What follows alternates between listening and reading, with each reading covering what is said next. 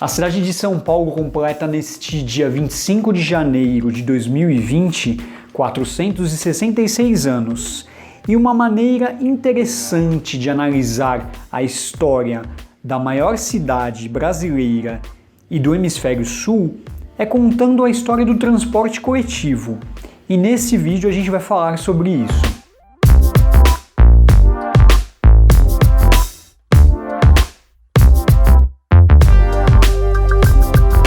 Oi pessoal, tudo bem? Eu sou o Renato, esse daqui é o canal do Via Trolebus, um canal especializado em mobilidade.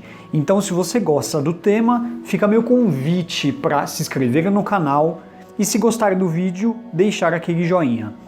Importante dizer que esse canal partiu de um site que é o Via Trolebus, que é um site de notícias sobre mobilidade, que é atualizado todos os dias das semanas, com notícias sobre trem, metrô, avião, bicicleta, mobilidade urbana no geral e etc. Tudo bem? Importante dizer que a cidade de São Paulo é o centro financeiro do Brasil, uma das cidades mais importantes do mundo e tem uma média aí de quase 13 milhões de habitantes. Daí a importância do transporte coletivo aqui na cidade de São Paulo, onde o transporte coletivo apresenta números bem expressivos e a operação desse sistema é bem peculiar. Bom, a história do transporte de pessoas aqui na cidade de São Paulo, do que a gente pode entender como transporte coletivo, começou pela ferrovia. A primeira ferrovia a cortar a cidade de São Paulo era conhecida como São Paulo Railway Company, mais tarde que foi denominada Ferrovia Santos-Jundiaí. Atualmente, essa ferrovia abriga os serviços das linhas 10 Turquesa da CPTM e a linha 7 Rubi, também da CPTM. Esse eixo ferroviário foi inaugurado em 1867 e, ao longo do tempo, as estações foram sendo construídas em bairros importantes, como Ipiranga, Moca, Brás, Bom Retiro, a região da Barra Funda, da Lapa e até o extremo norte, que é na região de Perus, por onde essa ferrovia passava e passa até hoje e onde as estações foram sendo construídas ao longo do tempo.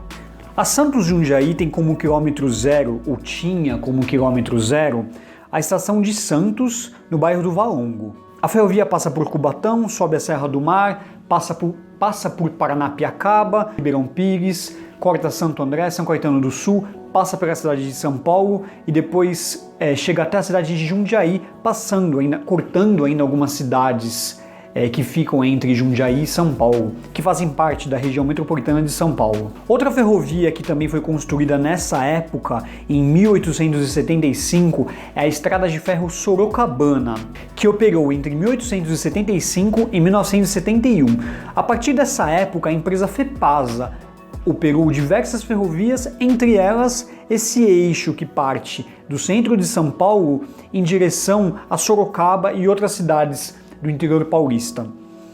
A Sorocabana, atualmente os trilhos da Sorocabana fazem parte da malha da CPTM, por onde passam as linhas 8 Diamante e 9 Esmeralda. Também no mesmo ano de 1875, a Central do Brasil, que era uma ferrovia que começou lá no Rio de Janeiro, chegou até a Estação Roosevelt, hoje conhecida como Estação Brás, aqui perto do centro de São Paulo.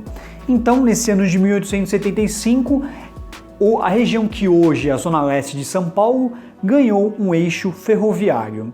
A gente sabe aí que esse eixo da antiga Central do Brasil atualmente abriga os serviços das linhas 11 Coral e 12 Safira da CPTM.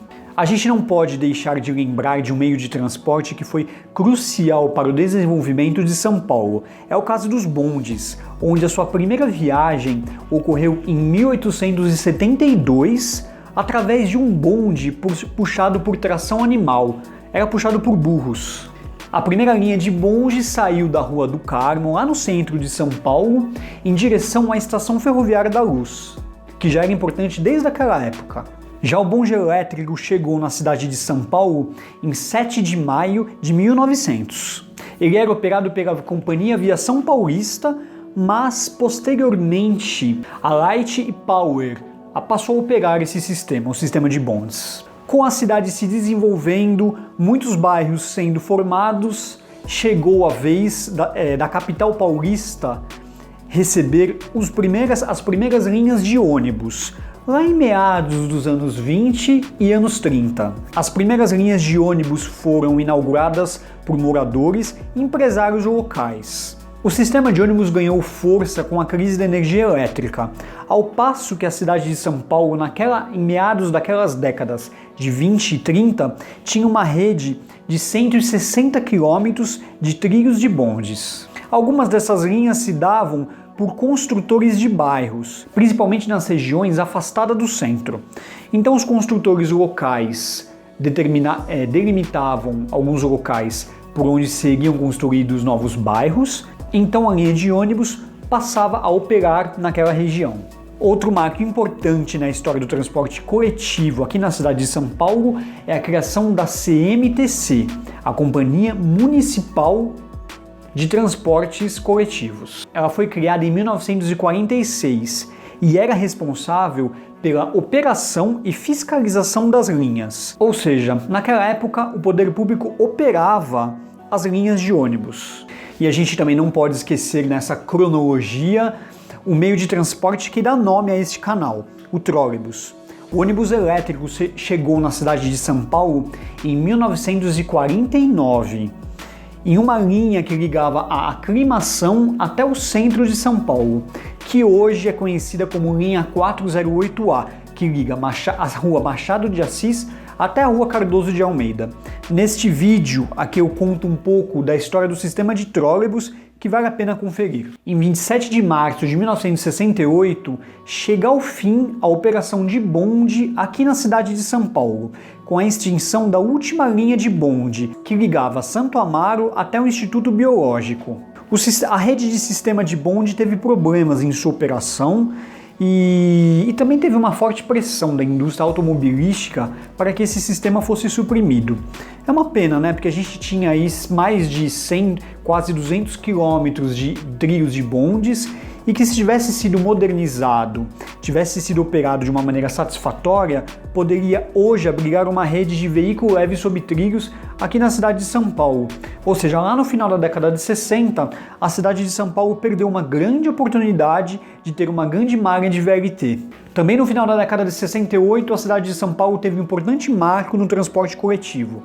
É a criação da Companhia do Metrô, no ano de 1968. A primeira linha de metrô operou aqui na cidade de São Paulo em 1974, saindo do Jabaquara até a estação Vila Mariana, que hoje é conhecida como linha 1 Azul, que opera do Jabaquara até o Tucuruvi. Pouco a pouco o metrô foi sendo expandido, com a criação da linha Leste-Oeste, que hoje é a linha 3 Vermelha, a criação do ramal Paulista, que hoje é a linha 2 Verde, posteriormente a construção da linha 5 Lilás, construída lá no extremo sul, entre o Capão Redondo e o Largo 13, e mais tarde, aí nos anos 2000, o início das construções da linha 4 Amarela, inclusive que até hoje não terminaram. Em 2020, a cidade de São Paulo passou dos 100 quilômetros da malha metroviária, além de cerca de 130 quilômetros de serviços da CPTM. Ou seja, juntando os dois, a gente tem uns 230 quilômetros de serviços sob trilhos. Isso até tem uma discussão importante entre as pessoas que discutem sobre mobilidade, de que a CPTM não é um serviço de metrô, portanto ela não pode ser inserida nessa conta, mas isso é um pouco controverso, porque a gente tem linhas da CPTM operadas como serviços de metrô. É o caso da linha 9 Esmeralda e a linha 11 Coral, que possuem no horário de pico intervalos de 4 minutos. Isso é comparável a linhas de metrô do mundo todo. Então o mais correto seria dizer que a cidade de São Paulo tem 230 quilômetros de serviços sob trilhos. E outro fato importante que a gente destaca nesse vídeo, que já é muito mais contemporâneo, muito mais recente, é a inauguração de um monotrilho. No dia 30 de agosto de 2014, o governo do estado inaugurou a primeira linha de monotrilho da cidade de São Paulo. Eu digo que é a primeira linha da cidade de São Paulo porque o Brasil já teve a operação de um monotrilho na cidade de Poços de Caldas, inclusive que eu conto neste vídeo aqui. Neste dia de agosto de 2014, o primeiro monotrilho operou na cidade de São Paulo entre as estações Vila Prudente e Oratório.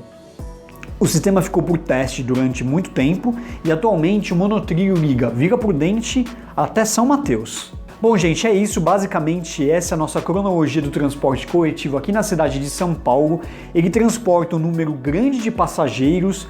Somente o metrô transporta uma média de 4 milhões de usuários e o sistema de ônibus beira a casa dos 9 milhões. Então você vê uma grande massa se deslocando pelo transporte coletivo na cidade.